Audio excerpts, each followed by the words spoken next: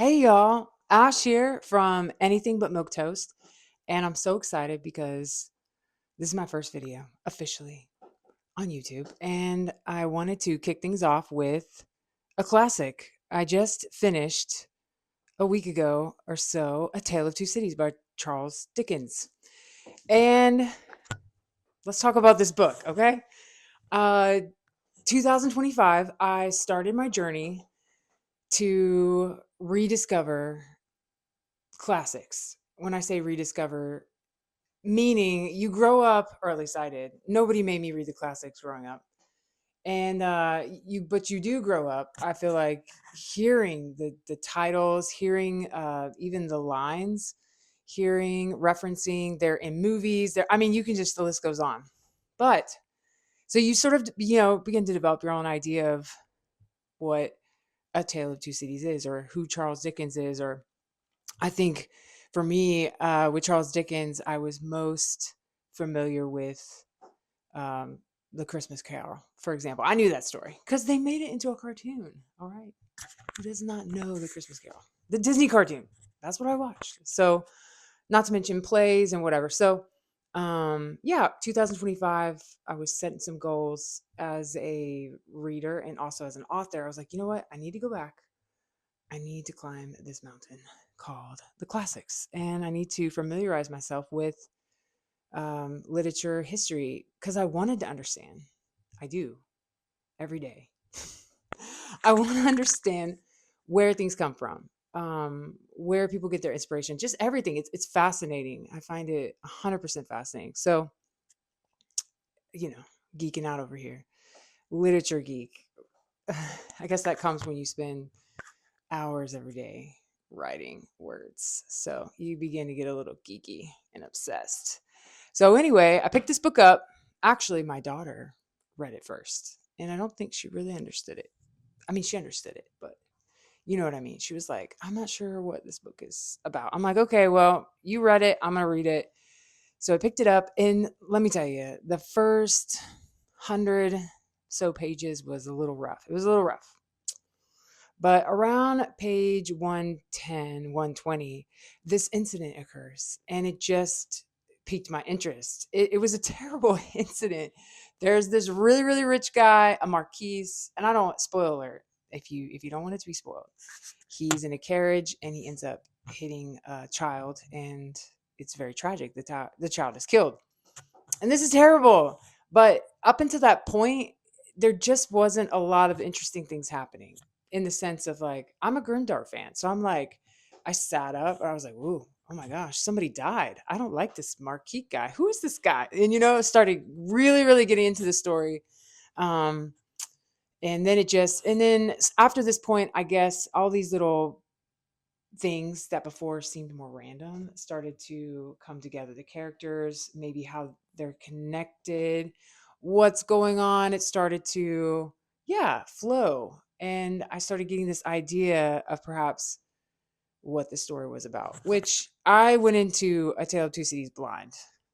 I think more than most books, I had really no idea what it was about. So I did know it was a tragedy. Actually, I did not know it was a tragedy until I was at the Y, and I was talking to a fellow swim team mom, and she was like, people think Romeo and Juliet are the biggest tragedy out there. And she's like, let me tell you, I was just listening, I'm just taking it in.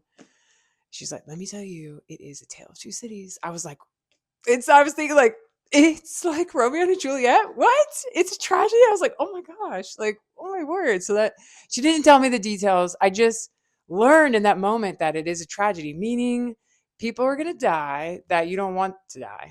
And indeed, actually, I've never officially read Romeo and Juliet, so I can't say to the essence of the story outside of pop culture and what you get.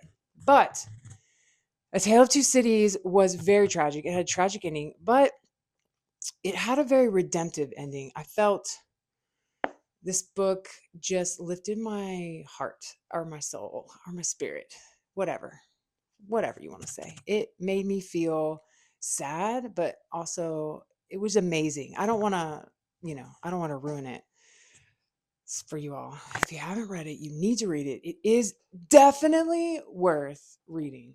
I'm so glad I read this book. The characters will stay with me for the rest of my life, especially what happened in the end. There were some really, really cool like moments in the end. It made it worth it. All these pieces fell together. It was worth it. I thought it was worth it. So anyway, another cool thing that happened while I was reading this book was I realized that um, one of my favorite authors, maybe you've heard of him, maybe you haven't. His name is Joe Abercrombie. As you know, I'm a grimdark fan. So the essence of my channel, the main focus, the the stuff that I love to read the most is going to be like grimdark. I love grimdark. I love sci-fi too. Grimdark sci-fi, whatever. I love it gritty, raw, dark, blood, guts, and gore, intense emotions. I love all that. Give it to me. I love it. So, an author that just always lands in that area is Joe Abercrombie. So, anyway, I maybe a couple of years ago, was it last year? I don't remember. I think I finally finished his series, The Age of Madness, last year. It was a little bit spread out, but I finished this series. And as the title of this video says, it is very similar. Let me turn this book around to this. And I was shocked. I guess I shouldn't be. It seems so obvious now. As I was reading this book, I'm like, I see. This story obviously has inspired many different writers and poets and movies and, whatever. But yeah, I can't help. Yeah. So Joe Abercrombie, you know, I could see where he took his inspiration for hint, the Age of Madness was exactly what is happening in France. Um, so he took that whole crazy French Revolution where people are like off with their head and the guillotine and all that stuff. He took the essence of that story and he put it into a fantasy book. And he created another world and he did something new and fresh with it. And I never would have known that. Maybe it's out there. I never noticed. I never saw anybody say like, yeah, um, the Age of Madness is so similar to A Tale of Two Cities. I hadn't seen it. Did you know that?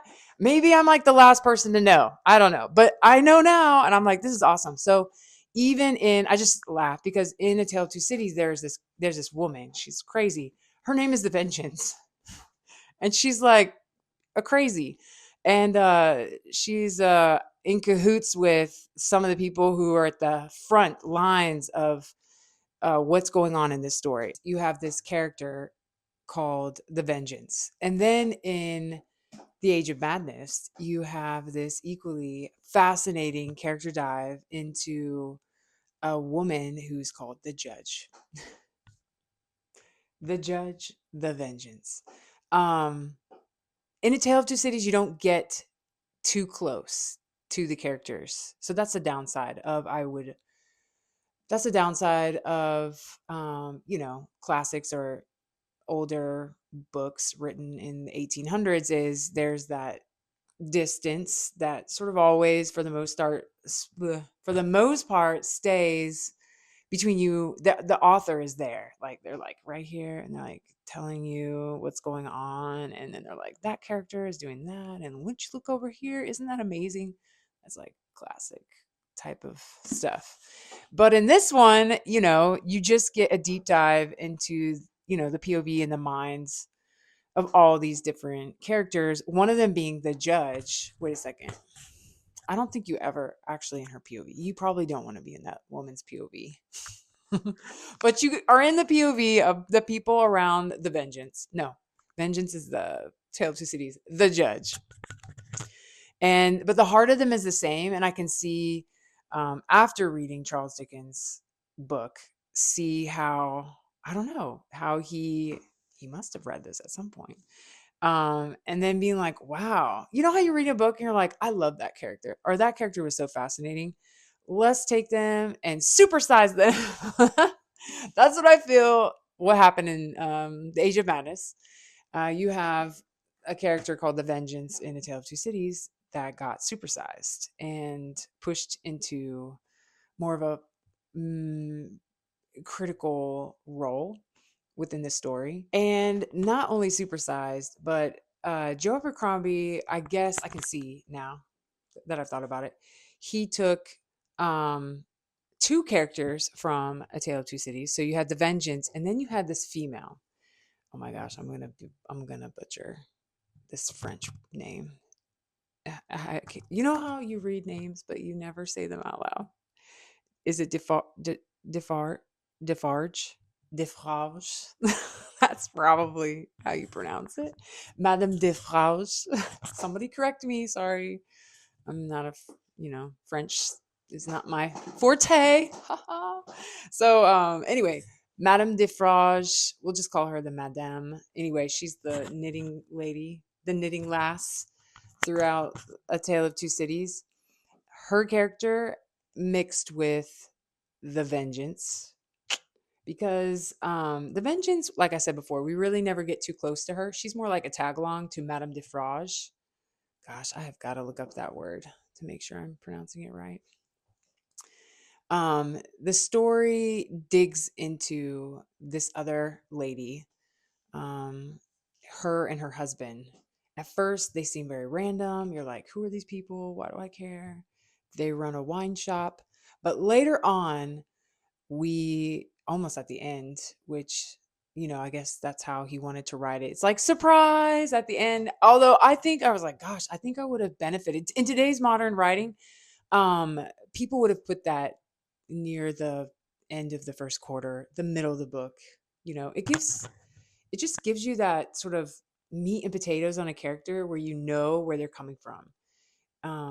But anyway, so we learn more about Madame Defarge, where she came from, what terrible tragedy happened to her that has made her into such a bitter, shriveled up, terrible, cruel person that she would find pleasure and joy in chopping off a quote unquote innocent person, although in her perspective, maybe Charles Darnay, did I pronounce that wrong too?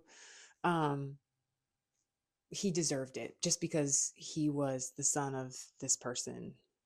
By name alone, this dude deserved to die. So not only him, but his wife, his child, wiped them off the face of the earth. That's pretty much where she was coming from. So I can see now, after reading Charles Dickens' book, and then of course a Age of Madness, I can see that these two characters together are the character, yeah, called the Judge in An Age of Madness. Sort of just all that squished together, which is so cool. And she certainly makes a terrifying antagonist in the story. And so I was very impressed. I loved it. I thought it was excellent.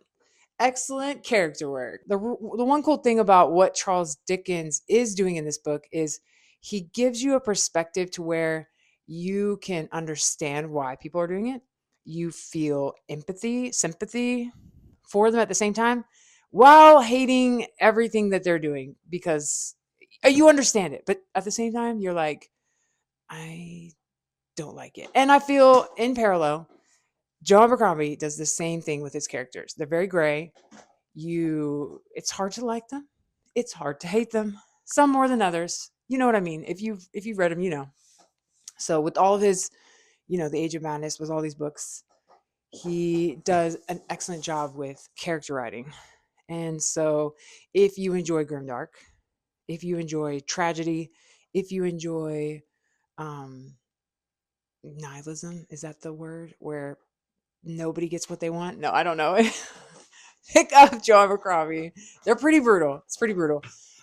This Tale of Two Cities ends with, I don't know. It just has a more uplifting end to it. There's this amazing sacrifice that happens in this book, and there's this beautiful moment that happens in those last moments that just wrecked me. It wrecked me. I was like, oh my gosh, this is so beautiful. Okay. I'll let you read it for yourself. All right. So we just finished up A Tale of Two Cities, and now we're on to the next classic and picked out Frankenstein. As you can see, I already started it right in the very beginning. So I'm looking forward to this book. It's not a very big book. I mean, compared to, it's like so small, especially compared to something like this. I mean, come on. Frankenstein looks like the introduction uh, to a modern fantasy book. So it shouldn't technically, take that long to finish reading it. But Frankenstein by Mary Shelley, if that's a book you're interested in, leave a comment below. You can get a copy of Frankenstein, read it with me. Let me know your thoughts. Or if you've read A Tale of Two Cities, let me know. Did you like it? Did you hate it? Were you like, oh my gosh, this is so boring? Or any of Joe Abercrombie's books, such as A Tale of Madness, The Age of Madness. Sorry, we're already mixing them up. Anyway, let me know, and thanks for watching.